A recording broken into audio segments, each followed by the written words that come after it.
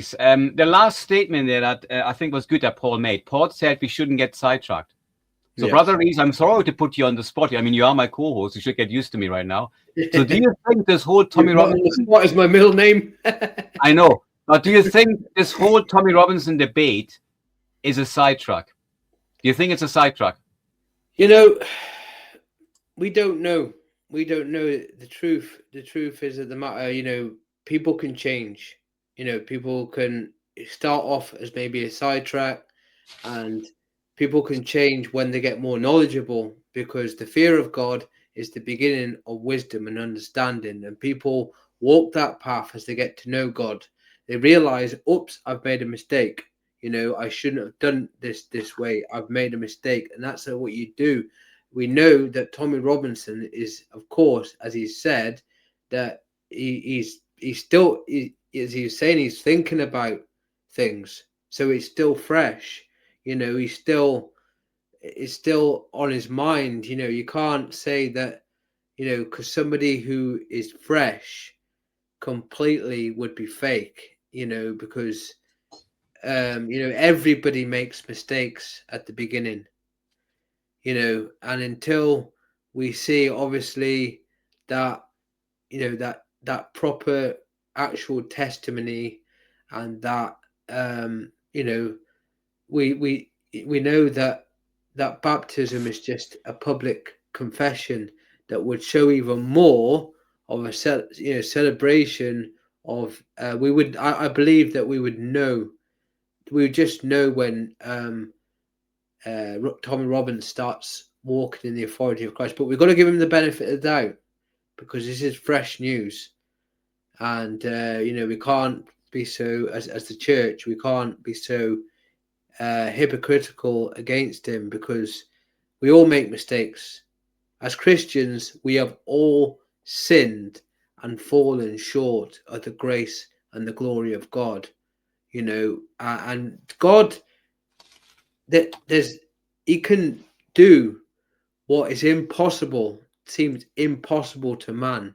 God can, we're just the instruments. At the end of the day, we're just the vessels, the instruments. Okay, you know, Tommy Robinson at the moment, you know, I'm still watching him as a foreseeing Christian, growing in his ways.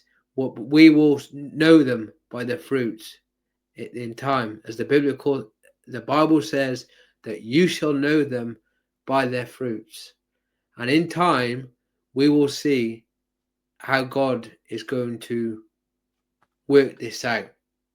Okay, you know, he's not perfect. Brother Reese, it's fine. For the sake of time, I have to cut a little bit shorter there. For the sake of time, how would you feel though? Because we saw the earlier video 7 years ago, 8 years ago. We saw a passion, and I think it was a rightful passion, because after all the Rotherham reports and all of the Islamic grooming gangs that exist in this country, that the police are turning a blind eye to, that's a fact. All of those things he did highlight.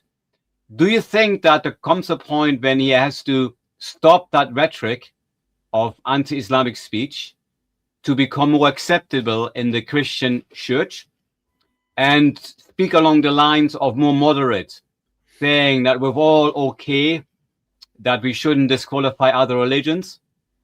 Or do you think he should keep that fervor, that fire, that spirit that people love about him, because he says things that maybe you and I think, but either don't like to say, or maybe our own platforms are not big enough to be heard? When comes the point for you, and maybe he stops using the F word? When comes the point for you when you feel there's fruit in his life? When do you think that would happen? Well, generally, we can tell there's the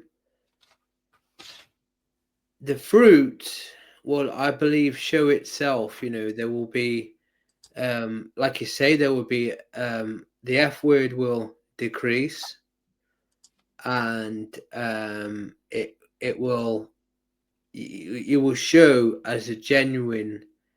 You could see that some people, when they have that born again experience, that their outward appearance changes as well. Because believe it or not, before I became a Christian, I did not have a beard. I tell you that one thing, it grew on me becoming a Christian. I did not have a beard before I became a Christian, but now, since I became a Christian, I grew a beard and I kept a beard. So, things can change on the outward man, on the outward appearance. That became my new identity as a Christian. But before I was a Christian, I was just shaven, as a lot of people are, So you might have a beard. When you become a Christian, you'll become like yourself, clean shaven. So, that's what happens. Our appearances become different as well as a Christian. So things like kind of on the inside, our we change a lot, and we know that religion we don't really class as acceptable within the Christian community, because we believe that we have a relationship with Christ. Therefore, if you are born again, if you're born again. Okay, Brother Reese, sorry, I completely understand what you're saying there. But for example, and I take your church or even my church, right?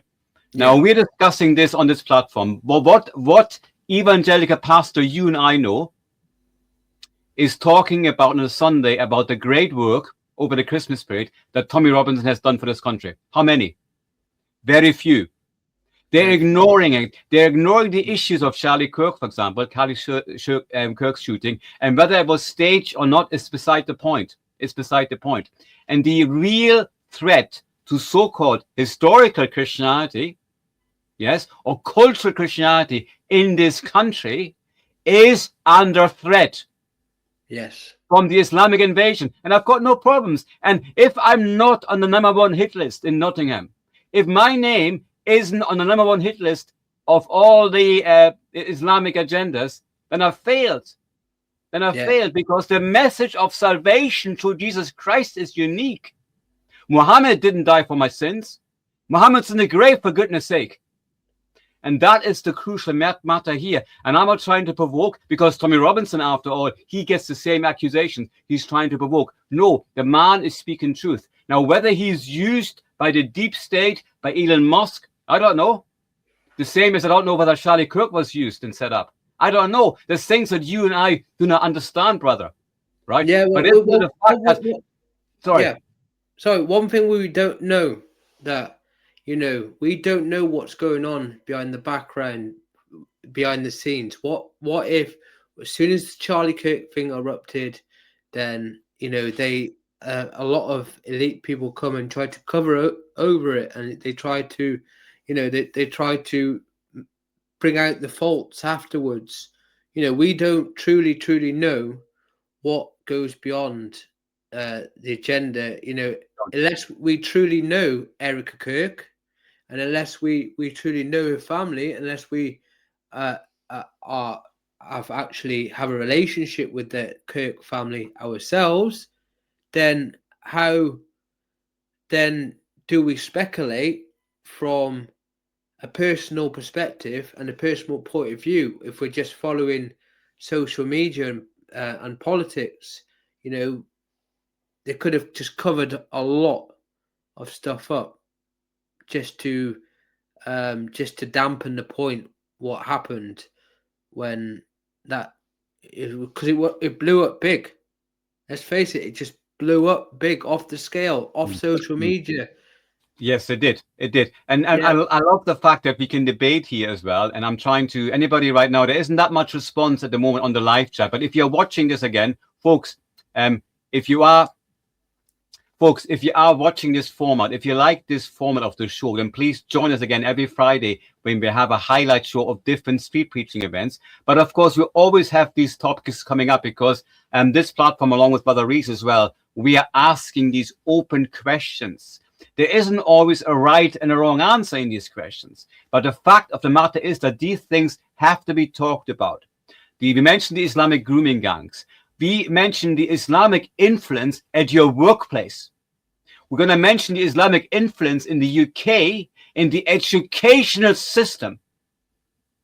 There's people, and Paul probably remembers as well, during assembly, when all the children were made to say their prayers, were made to say their hymns as well, school assemblies. That's all been eradicated, yes, under the pretense of evolutionism, Darwinism. But the predominant religious spirit that runs the UK is Islamic spirit. It's not a Christian spirit. And hence the idea of putting Christ back into Christmas. I very much applaud Tommy Robinson for putting Christ back into Christmas. And that's the point I will make here. And we're going to leave it at this because we're going to stop talking about Tommy Robinson. I heard one point. Sorry. So